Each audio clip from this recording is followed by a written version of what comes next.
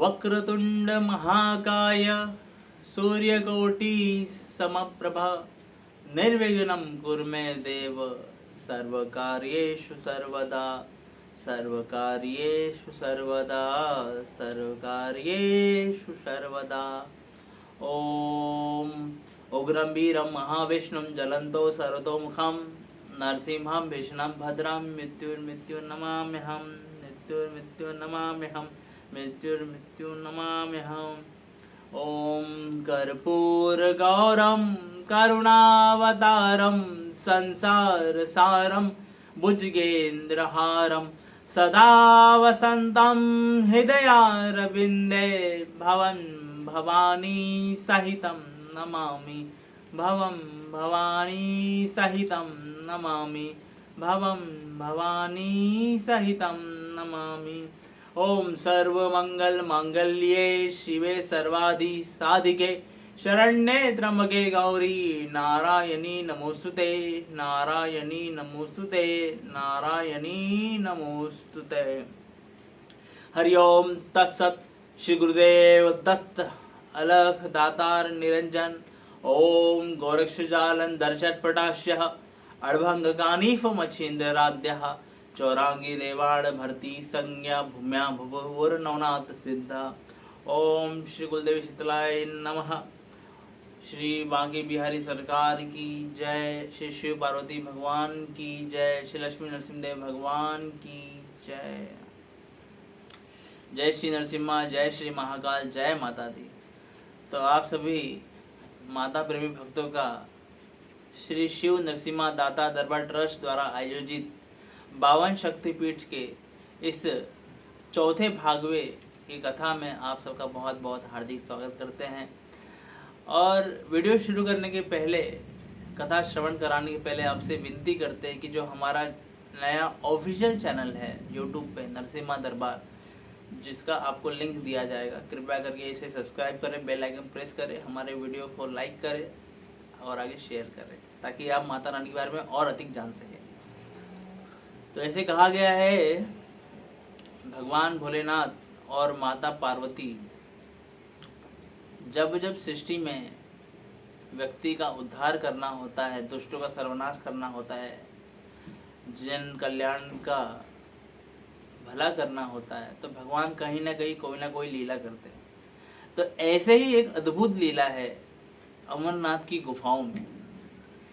माता सती का कंठ अमरनाथ जहाँ पे तत्काल विराजमान है कश्मीर भारत में, यहाँ पे माता रानी का कंठ गिरा और यहाँ के जो भैरव है उनका नाम है त्रिसंधेश्वर भैरव। यहाँ पे एक बड़ी अद्भुत कथा है भगवान अमरनाथ की, जो ज्योतिर्लिंग स्वरूपा है, ज्योतिर्लिंग स्वरूप में है। आपने सुना होगा कि अमरनाथ की गुफाओं में अपने आप शिवलिंग निर्माण होता है। तो इसके पीछे बहुत बड़ा एक कारण है, बहुत बड़ी एक कथा है। जिस तरह अमरनाथ में बाबा बर्फानी प्रकट होते हैं, ठीक उसी तरह माता पार्वती भी वहां स्वयं प्रकट होती है। बर्फ के रूप में गणेश जी महाराज प्रकट होते हैं, भगवान भोलेनाथ प्रकट होते हैं और माता पार्वती भी वहीं पे प्रकट होती है। तो ऐसी ये अद्भुत कथा है। एक बार की बात ऐसी है कि भगवान भोलेनाथ एक बार अघोर स्वरूप धारण किए। देखिए, अघोरी स्वरूप धारण करने का तात्पर्य आप गलत मत समझिए। भगवान भोलेनाथ सबसे बड़े देव भी हैं, सबसे बड़े वैष्णव भक्त भी हैं, सबसे ज़्यादा करुणा के सागर भी है, सबसे बड़े ऋषि भी है, सबसे बड़ी दयानिधि भी है, सबसे बड़े सरकार भी है और यहाँ तक कि सबसे बड़े अघोरी भी है। भगवान भोलेनाथ अपने बदन पे शमशान की राख लगाते हैं। वो लगा सकते हैं, क्यों? वो दुनिया को दिखाना चाहते हैं कि हे मूर्ख इंसान, तुम जिस संसार में आप भटक रहे हो, परेशान हो रहे हो, कितना भी कमा लोगे, आना तो शमशान में चैन भल राख में ही बनना है, बदलना है। तो ये राख जो है, शमशान की जो राख है, ये राख वैराग्य का प्रतीक है। इसके लिए भगवान भोलेनाथ अपने बदन पे भस्म धारी करते हैं। आज भी आप भगवान श्री महाकाल के दरबार में जाएंगे, उज्जैन में जाएंगे, तो आज भी चिताओं से जो राख निकलती है उससे भगवान का अभिषेक किया जाता है। वो भगवान है, वो भोलेनाथ है, उन्होंने विष पी लिया सृष्टि के कल्याण के लिए, तो आप मत कीजिए। ऐसे कई लोग मिलते हैं हमें कि महाराज जी भगवान भोलेनाथ ने तो बहुत ही चरस पिया, गांजा पिया, सिगरेट पिया, तो हम भी पिएंगे। देखिए, पहली बात तो भगवान भोलेनाथ शास्त्र में कहीं भी नहीं लिखा कि गांजा फूकते, सिगरेट पीते। कहीं भी वैदिक पुराणों में, शास्त्रों में, उपनिषद में, ईशोपनिषद में कहीं नहीं लिखा हुआ है। अच्छा, दूसरी बात, चलो इसका जवाब अगर हम दिया जाए तो भाई भगवान भोलेनाथ ने सृष्टि के कल्याण के लिए हलाहल विष पी लिया, तुम जरा एक फिनाइल पी के दिखाओ, तो फिनाइल पीते ही लटक जाओगे। तो भगवान भोलेनाथ की कंपैरिजन अपने आप से नहीं कर सकते, बिल्कुल नहीं कर सकते। वो त्रिपुरारी है, वो जो लीला कर सकते हैं वो इंसान नहीं कर सकता। इंसान सिर्फ उनकी भक्ति कर सकता है, उनकी बताए हुए रास्ते पे चल सकता है। तो एक बार अमरनाथ जाने के पहले माता पार्वती ने भगवान भोलेनाथ को कहा कि प्रभु, आज आपने अघोरी स्वरूप क्यों धारण किया है? आज आपने नरमुंडी माला पहनी हुई है, आज आपने चिता का भस्म धारण किया हुआ है, आप बड़े एकदम अद्भुत लग रहे, आप एकदम अलौकिक लग रहे।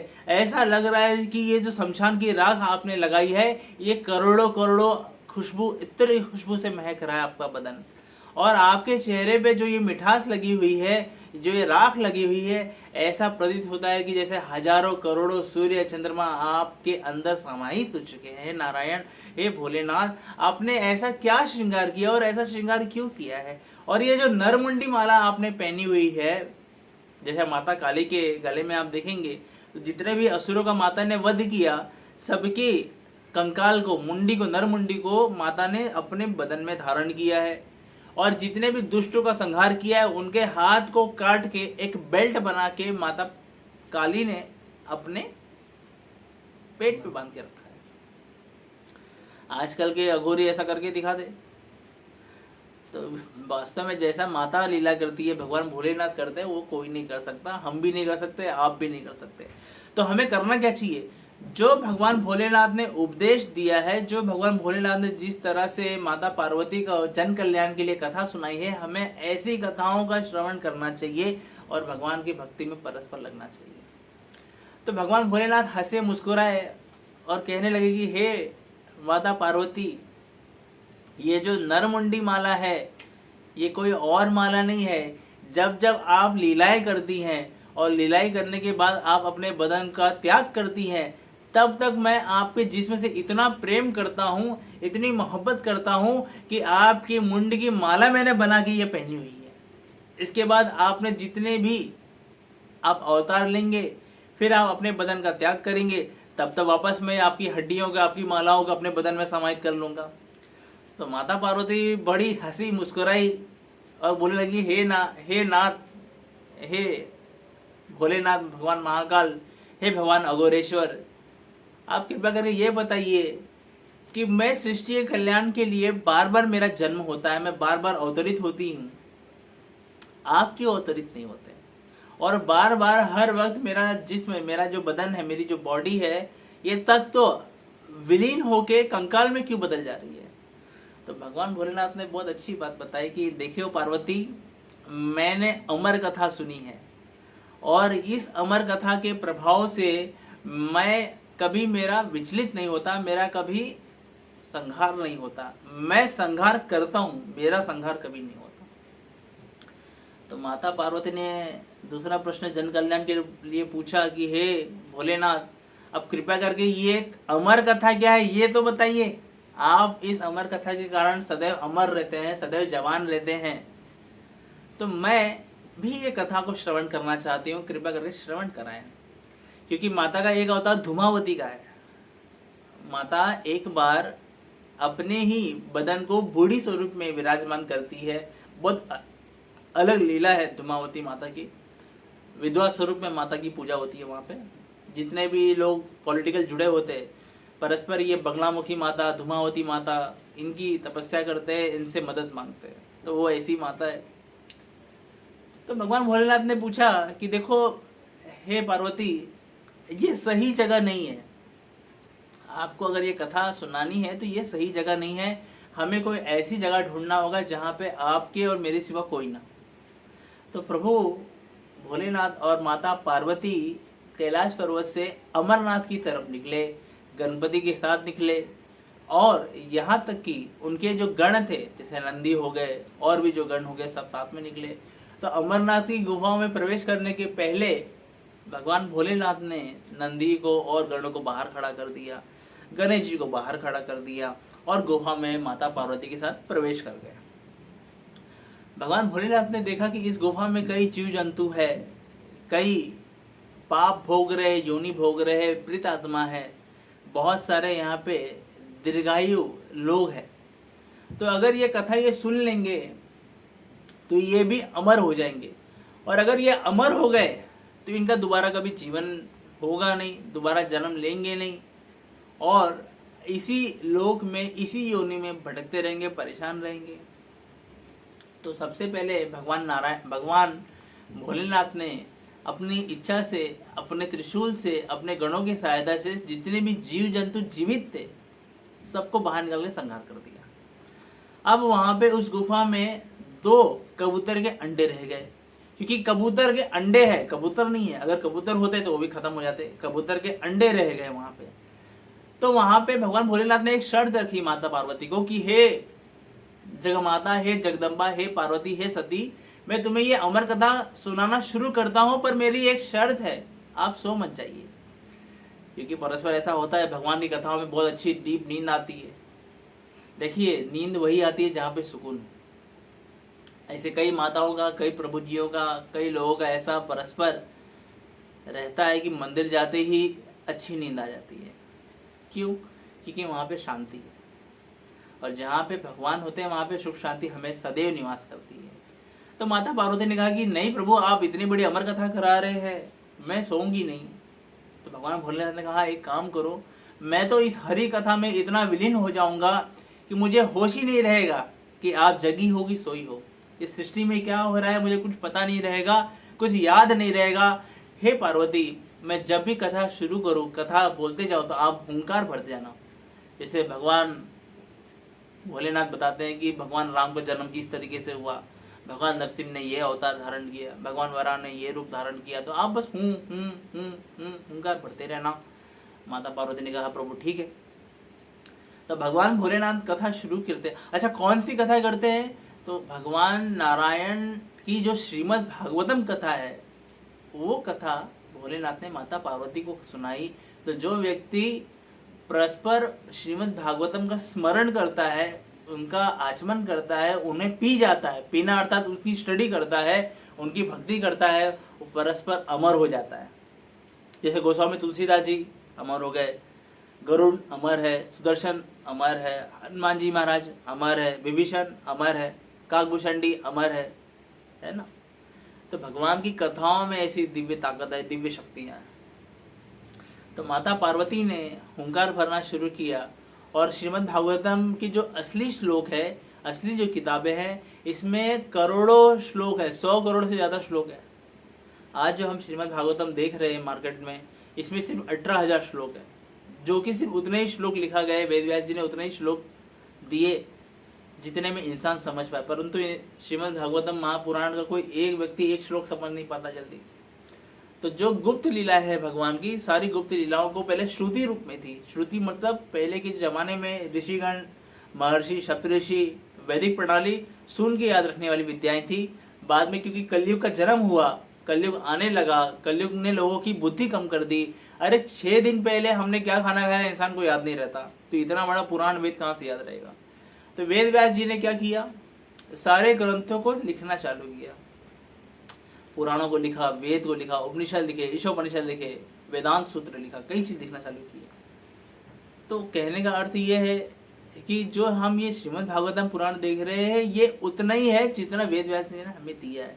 लेकिन भगवान भोलेनाथ माता पार्वती को वो सुना रहे हैं जो रियल भागवत पुराण है, जिसमें 100 करोड़ से ज्यादा श्लोक से।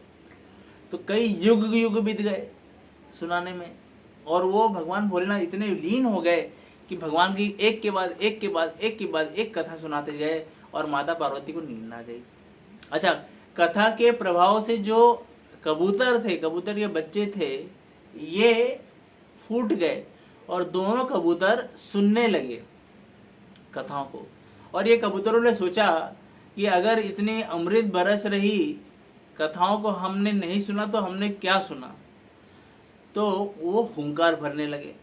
तो कई युग बीतने के बाद जब भगवान भोलेनाथ ने माता पार्वती को देखा कि माता पार्वती सो रही है, तो माता पार्वती को कहा कि हे देवी, आपने इस अमृत भई कथा को आपने छोड़ दिया, आपने श्रवण नहीं किया।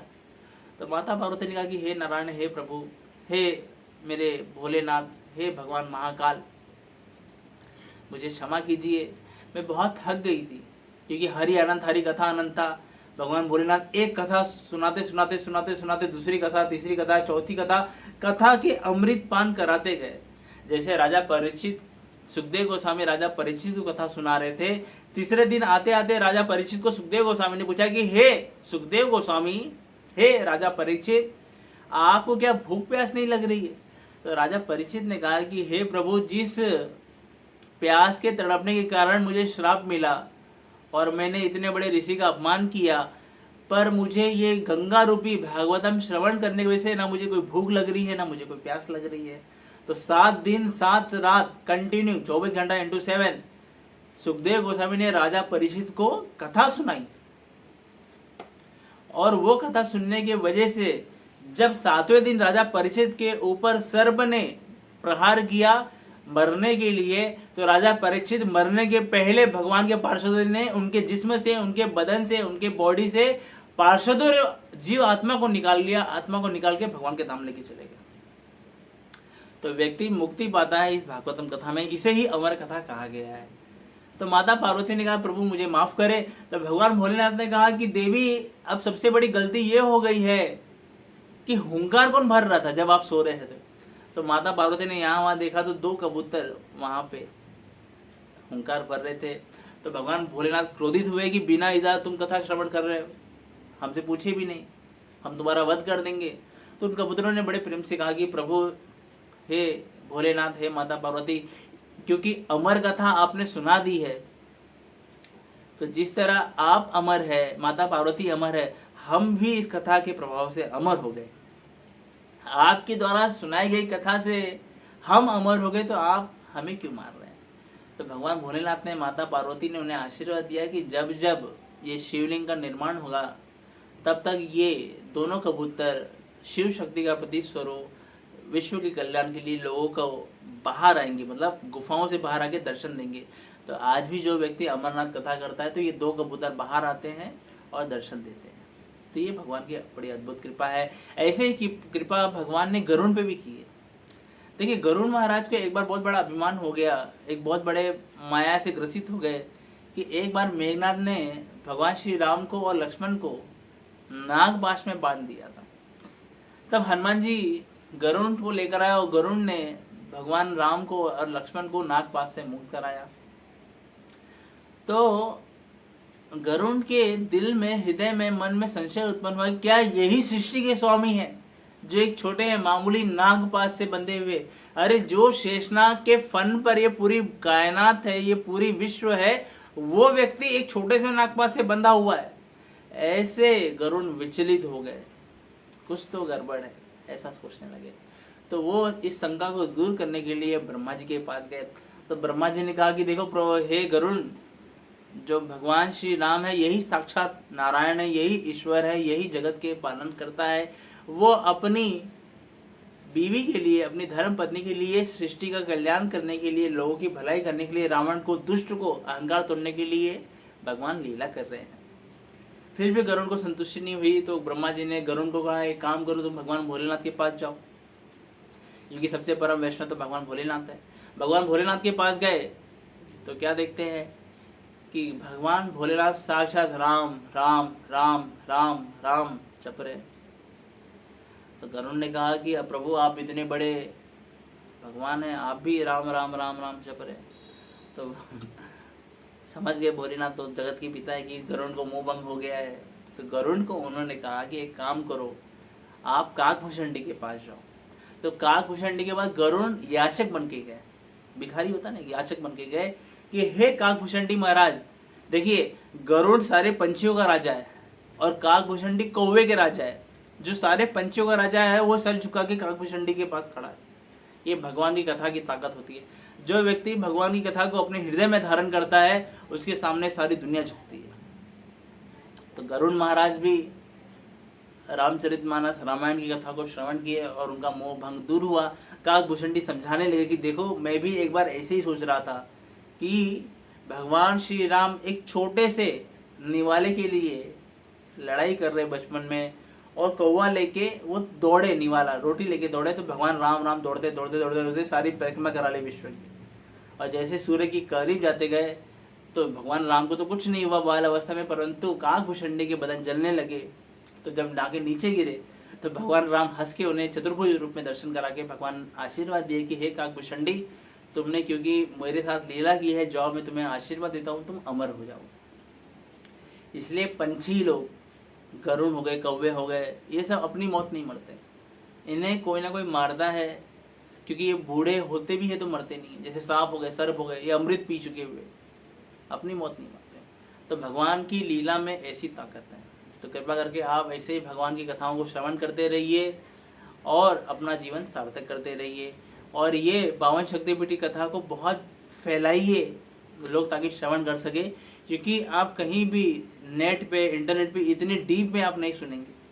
तो हमने बहुत ग्रंथों को पढ़ के, स्टडी करके आपके लिए बड़े सरल भाव में, सरल स्वभाव में, माता रानी की कृपा से, माता पार्वती के आज्ञा अनुसार आपके सामने प्रस्तुत किया है। कृपया इसे लाइक शेयर जरूर कीजिए। बहुत सारे प्रश्न मुझे आते हैं, बहुत सारे लोग फ़ोन करते हैं, आप सबका बहुत बहुत बड़ा आभार करता हूँ। बहुत सारे लोग को जवाब नहीं दे पाता हूँ, क्योंकि कई लोग से रोज़ मिलना है, जुलना है, लोगों को देखना है। तो कृपया करके हमारा नंबर डिस्क्रिप्शन में लिखा रहेगा, कृपया आप फ़ोन, मैसेज, कॉल जरूर कीजिए। दूसरा, अगर आप ऐसी कथाओं को अपने घर पे, दुकान में, कहीं पे कराना चाहते हैं, जैसे श्रीमद् भागवतम कथा, रामचरितमानस कथा, देवी भागवत कथा, शिव पुराण कथा, तो आप कृपया करके हमें संपर्क करें। आपके लिए माता रानी की कृपा से आपके घर में, दुकान में वृद्धि के लिए, संपूर्ण रक्षा के लिए ज़रूर करेंगे। और हम बहुत ही जल्दी श्री लक्ष्मी नरसिंह भगवान, श्री शिव पार्वती भगवान, श्री सीताराम लक्ष्मण हनुमान जी, श्री राधे श्याम, श्री खाटू श्याम, श्री शेषनाथ महाराज, श्री शीतला माता, श्री नवनाथ महाराज, ऐसे कई बड़े बड़े देवी देवताओं, भगवान की मंदिर बनाने की कोशिश कर रहे हैं। कृपया करके आप सब सहयोग दें। और मुंबई की सरजमीन पर, मुंबई की ज़मीन पर हम ज़मीन ढूंढ रहे हैं। अगर आपके पास कोई ज़मीन हो जिस पे हम बहुत आलीशान मंदिर बना सके, तो कृपया इस दास से संपर्क करें और भगवान के इस बड़े काम में हमारा सहयोग करें। जय माता दी, जय नरसिम्हा, जय श्री महाकाल।